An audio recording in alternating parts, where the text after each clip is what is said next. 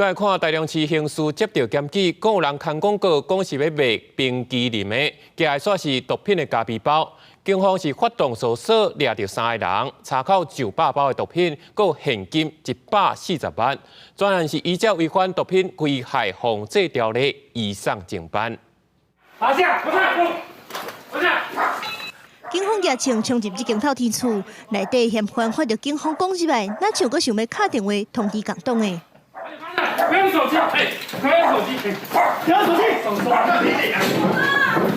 警方甲嫌犯压制，超出大量的现金，也阁有真济已经装好势的毒咖啡包。新辛苦吧？还没收身。右手伸上来。台中刑大接到民众通报，伫咧网络顶看到有人要卖出名品牌的冰淇淋广告，佮强调讲有买5送1的优惠。不过订回了后，送来却发现不是冰淇淋，是毒品咖啡包。贩毒集团透过网络社群软体兜售毒品，毒贩为了躲避警方的查缉，竟然以知名甜点、冰淇淋品牌作为一个幌子，使用迷你杯、欢乐桶等等的暗语去推波销售毒品。警方对这发现，这个卖毒的集团利用出名冰淇淋的品牌做口罩，伫咧网络顶透过通讯软体卖毒。